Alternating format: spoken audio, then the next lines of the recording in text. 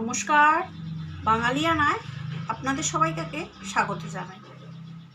আমরা আর একটা রেসিপি নিয়ে চলে এসেছি, ফুলকপি আলু চিংড়ি মাছ কষা। তো সেই রেসিপিটা আপনাদের সঙ্গে শেয়ার করব, সঙ্গে থাকবেন ভিডিওটা শেষ পর্যন্ত। রেসিপিটা কিভাবে করলাম আপনাদের সঙ্গে শেয়ার করব। চলুন রেসিপিটা শুরু করা যাক। তার আগে বলি, যারা এখনও পর্যন্ত আমাদের চ্যানেলটাকে সাবস্ক্রাইব করেছেন তাদের অসংখ্য ধন্যবাদ। যারা এখনও করেননি তাদের বলবো সাবস্ক্রাইব করে চ্যানেলটাকে সাবস্ক্রাইব করে পাশে থাকবেন।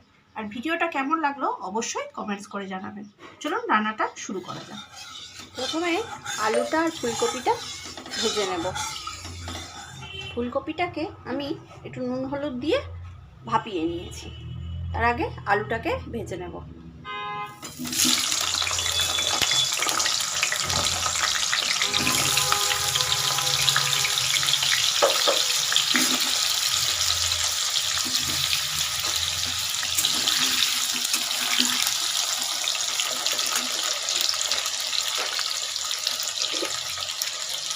নুন দিয়ে দেব।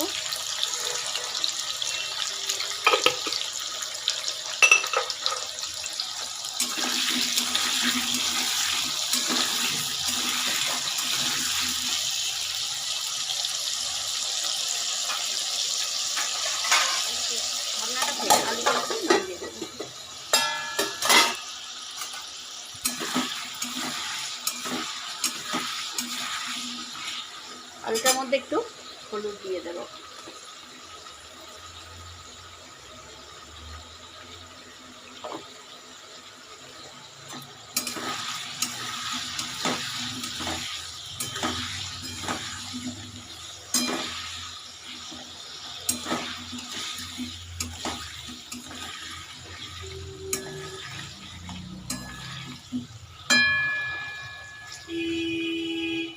আবার চাপা দিয়ে দেবো, নাড়িয়ে দেবো।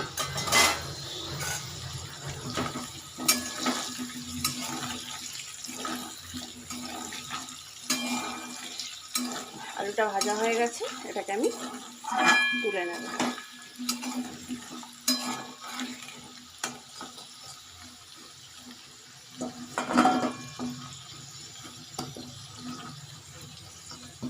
আলু ভাজার তেলেই ফুলকপিটা ভেজে নেব।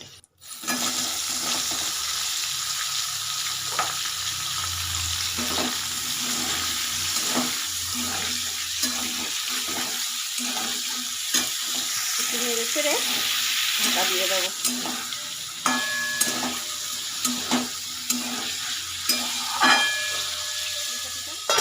একটু নেড়ে দেবো।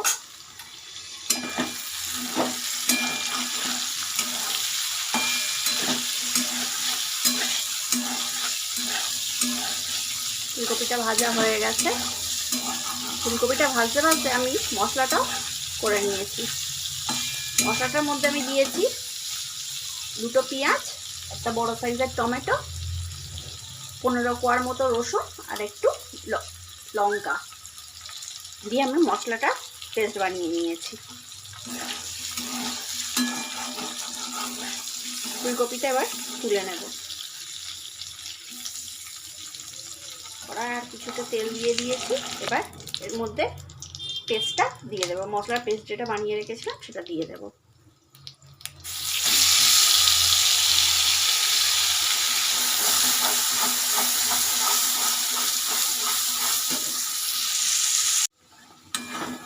মশলাটা ভালো করে কষিয়ে নেব।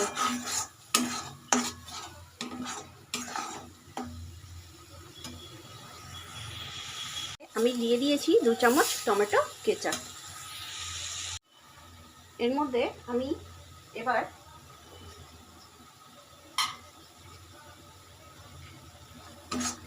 দিয়ে দেব চিংড়ি মাছ।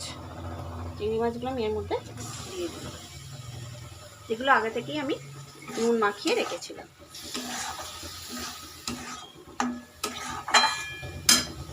দিয়ে দেবো একটু হলুদের গুঁড়ো আর রোজকার মশলা যেগুলো আমরা ব্যবহার করে থাকি, একটুখানি লঙ্কার গুঁড়ো আর একটু কাশ্মীরি লঙ্কার গুঁড়ো, 1 চামচ কাশ্মীরি লঙ্কার গুঁড়ো।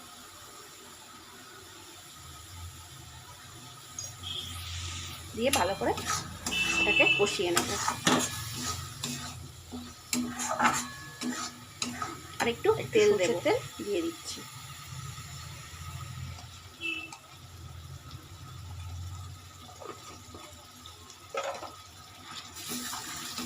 দিয়ে মশলাটাকে ভালো করে কষিয়ে নেব।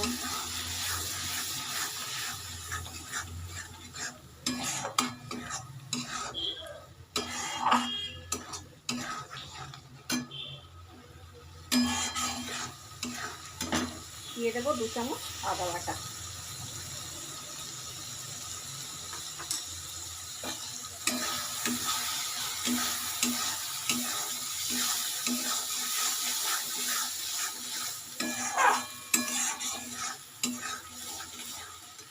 আর মিক্সির বাটিটা ধুয়ে একটু জল।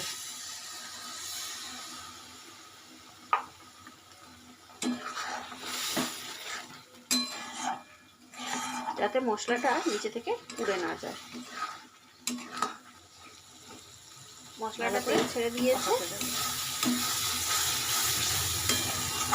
এর মধ্যে আমি একটু দিয়ে দেব টক দই।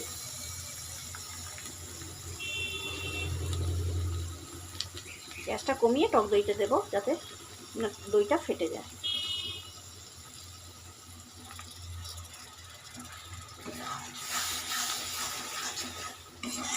দই দিলে ফুলকপির মধ্যে গ্যাস হওয়ার সম্ভাবনাটা আর থাকে না। ফুলকপি খেলে অনেকেরই গ্যাস হয়, সেই সম্ভাবনাটা আর থাকে না।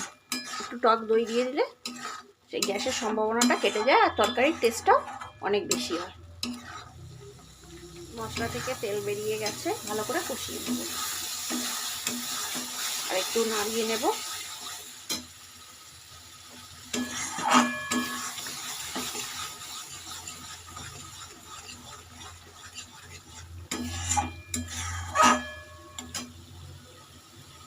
এবারে দিয়ে দেব ফুলকপি আলু, যেটা আগে থেকে ভেজে রেখেছি সেইটা।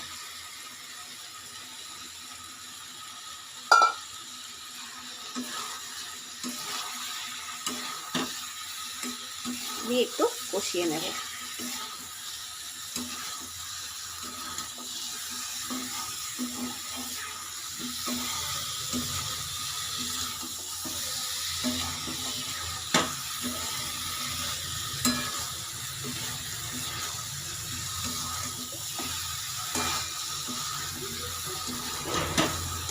দিয়ে দেব একটু জল।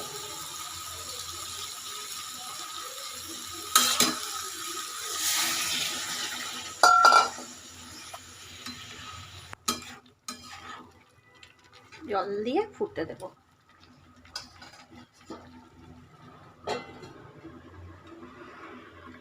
আলু ফুলকপিটা অপেক্ষা সেদ্ধ হওয়া পর্যন্ত পরে আমরা ফিরে এসেছি। একবার ঢাকাটা খুলে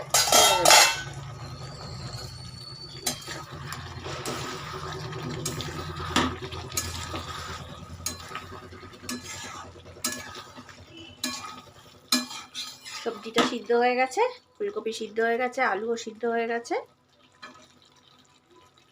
একটু নুন ঝালটা চেক করে নেব।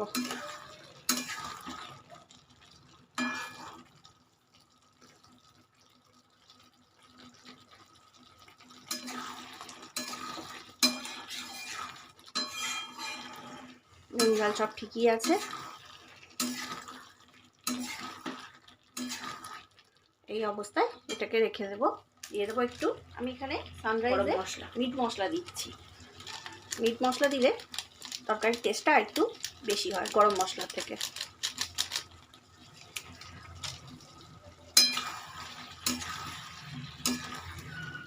নাড়িয়ে চাড়িয়ে নামিয়ে নেব। রেসিপিটা কেমন লাগলো অবশ্যই কমেন্টস করে জানাবেন। ভিডিওটা শেষ পর্যন্ত সঙ্গে থাকার জন্য অসংখ্য ধন্যবাদ।